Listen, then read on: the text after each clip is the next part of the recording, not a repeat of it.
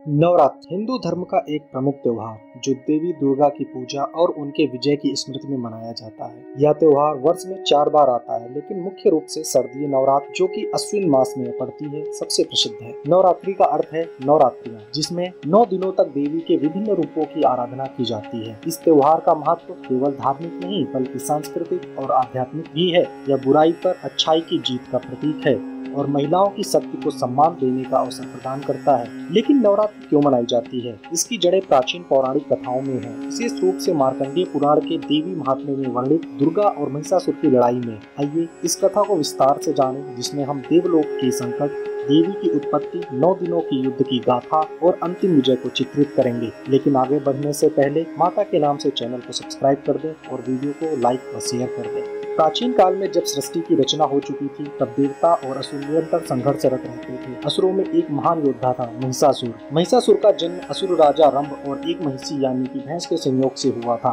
रंभ ने ब्रह्मा जी से वरदान प्राप्त किया था कि उसका पुत्र अमर होगा, लेकिन महिषासुर की माता की मृत्यु के बाद वह क्रोधित होकर देवताओं से बदला लेने की ठान लेता है। महिषासुर ने कठोर तपस्या की और ब्रह्मा जी को प्रसन्न किया। ब्रह्मा जी ने उसे वरदान दिया कि वह किसी पुरुष या देवता के हाथों नहीं मारा जाएगा, केवल एक स्त्री द्वारा उसकी मृत्यु हो सकती है। इस वरदान से अभिमानी होकर महिषासुर ने देवलोक पर आक्रमण कर दिया। महिषासुर की विशाल सेना थी। उसके सैनिक राक्षस, दानव और विभिन्न रूप धारण करने वाले योद्धा थे। उन्होंने इंद्रलोक पर हमला किया। इंद्र, अग्नि, वरुण, वायु जैसे देवता उसके सामने टिक नहीं सके। महिषासुर ने इंद्र को पराजित कर स्वर्ग का सिंहासन हथिया लिया। देवता भयभीत होकर भगवान विष्णु और शिव के पास गए। ब्रह्मा जी भी उनके साथ थे। देवताओं ने अपनी व्यथा सुनाई। हे प्रभु, महिषासुर ने हमें निर्वासित कर दिया है। वह पृथ्वी पर भी अत्याचार कर रहा है। ऋषियों मुनियों के यज्ञ बाधित हो रहे हैं, नदियां प्रदूषित हो रही हैं और जीव जंतु भयभीत हैं। उसका वरदान हमें असहाय बना रहा है। विष्णु जी ने कहा, इस समस्या का समाधान केवल शक्ति की आराधना से हो सकता है। हम तीनों,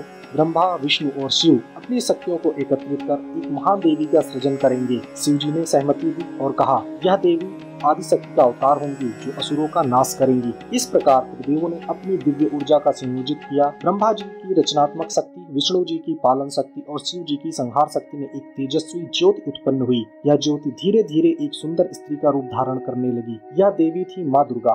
उनके चेहरे पर शिव जी का तेज था, बाल विष्णु जी के काले बादलों जैसे और शरीर ब्रह्मा जी की रचना से पूर्ण। देवताओं ने अपनी शक्तियां समर्पित की। इंद्र ने अपना वज्र दिया, अग्नि ने अग्निबाण, वरुण ने जल शक्ति, वायु ने वायु शक्ति, यमराज ने अपना दंड, कुमेर ने धन और अन्य देवताओं ने विभिन्न अस्त्र शस्त्र प्रदान किए। हिमालय ने अपना सिंह वाहन दिया जो दुर्गा का प्रिय वाहन बना। दुर्गा के पास त्रिशूल, चक्र, धनुष, तलवार, गदा जैसे अनेक हथियार थे। वे 9 रूपों में अवतरित हुई। शैलपुत्री, ब्रह्मचारिणी, चंद्रघंटा, कुष्मांडा, स्कंदमाता, कात्यायनी, कालरात्रि, महागौरी और सिद्धिदात्री। प्रत्येक रूप एक विशेष शक्ति का प्रतीक था। देवी दुर्गा ने देवताओं से कहा, मैं असुरों का नाश करूंगी, लेकिन यह युद्ध 9 दिनों तक चलेगा, क्योंकि महिषासुर की शक्ति विशाल है। प्रत्येक दिन मैं उसके विभिन्न रूपों और सेनाओं से युद्ध करूंगी। देवता प्रसन्न हुए और उन्होंने दुर्गा की स्तुति की। इस प्रकार नवरात्र की परंपरा की नींव पड़ी, जहाँ 9 दिनों तक देवी की पूजा होती है। अब मैं आपको 9 दिनों की कथा एक एक करके सुनाता हूँ। पहले दिन शैलपुत्री रूप में दुर्गा माँ ने युद्ध आरंभ किया। महिषासुर ने अपनी सेना भेजी, जिसमें मदनासुर और उसके सहयोगी थे।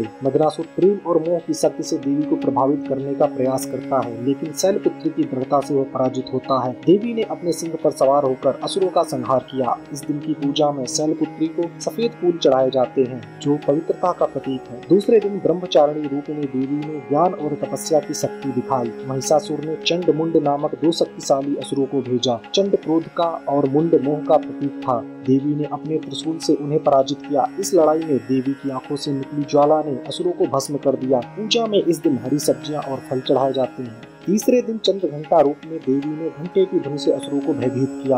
महिषासुर ने रक्तबीज नामक असुर को युद्ध में उतारा। रक्तबीज का वरदान था कि उसके रक्त की प्रत्येक बूंद से एक नया असुर जन्म लेगा। देवी ने अपनी शक्ति से रक्तबीज को घायल किया, लेकिन रक्त की बूंदों से असुरों की संख्या बढ़ने लगी। चंद्रघंटा माता ने अपनी घंटी की ध्वनि से उन्हें नियंत्रित किया और अंत में काली का रूप धारण कर रक्त पी लिया, जिससे असुरों का जन्म रुक गया। इस दिन पूजा में दूध और खीर चढ़ाई जाती है। चौथे दिन कुष्मांडा रूप में देवी ने सूर्य की तरह तेज दिखाया। महिषासुर ने अपनी मुख्य सेना भेजी, जिसमें हाथी, घोड़े और रथ सवार योद्धा थे। देवी ने अपने चक्र से सेना का संहार किया। कुष्मांडा की मुस्कान से ब्रह्मांड रोशन हो गया और असुर अंधकार में डूब गए। इस दिन कद्दू की बलि दी जाती है, जो कि कुष्मांडा का प्रिय फल है। 5वें दिन स्कंद माता रूप में देवी ने मातृत्व की शक्ति प्रदर्शित की। महिषासुर ने शुंभ निशुंभ भाइयों को भेजा। शुंभ अभिमान का और निशुंभ लालच का प्रतीक था। देवी ने अपने पुत्र स्कंद यानी कि कार्तिकेय की शक्ति से उन्हें पराजित किया। स्कंद माता ने असुरों को चेतावनी दी, बुराई का अंत निश्चित है। इस दिन पूजा में केले चढ़ाए जाते हैं।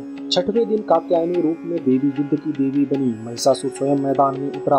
उसने भैंस का रूप धारण किया और देवी पर हमला किया। देवी ने अपने तलवार से उसके सींग काटे। महिषासुर ने विभिन्न रूप बदले, शेर, हाथी, मनुष्य, लेकिन देवी अविचल रही। इस दिन की लड़ाई सबसे उग्र थी। आज की पूजा में शहद और मिठाई चढ़ाई जाती। 7वें दिन कालरात्रि रूप में देवी ने अंधकार का नाश किया। महिषासुर की सेना में राक्षसों ने रात के समय हमला किया। कालरात्रि की काली छवि से असुर भयभीत हो गए। देवी ने अपने खड़ग से सैकड़ों असुरों का वध किया। इस दिन पूजा में गुड़ चढ़ाया जाता है, जो कि ऊर्जा का प्रतीक है।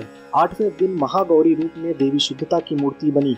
महिषासुर ने अपनी अंतिम शक्ति लगाई। उसने देवी को मोहित करने का प्रयास किया, लेकिन महागौरी की पवित्रता से वह असफल रहा। देवी ने उसे घायल किया। इस दिन अष्टमी पूजा होती है, जिसमें कन्या पूजन किया जाता है। 9वें दिन यानी अंतिम दिन सिद्धिदात्री रूप में देवी ने अंतिम प्रहार किया।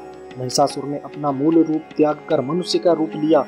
देवी ने अपने त्रिशूल से उसका वध किया। महिषासुर की मृत्यु से देवलोक में हर्षोल्लास छा गया। इस दिन को नवमी कहा जाता है और विजयादशमी पर रामलीला में इस विजय को मनाया जाता है। नवरात्रि बुराई पर अच्छाई, अंधकार पर प्रकाश और अधर्म पर धर्म की जीत का प्रतीक है। देवी दुर्गा हमें सिखाती है कि शक्ति स्त्री में निहित है और त्याग, भावना व दृढ़ता से कोई भी बाधा पार की जा सकती है। यह त्योहार परिवार को एकजुट रखता है और समाज में सकारात्मक ऊर्जा फैलाता है। आज के युग में जब महिलाओं के अधिकारों की बात होती है, नवरात्रि हमें याद दिलाती है कि देवी की पूजा से हम अपनी आंतरिक शक्ति को जागृत कर सकते हैं। इसी के साथ आज का वीडियो समाप्त करते हैं। मिलते हैं अगले वीडियो में। तब तक के लिए जय माता दी।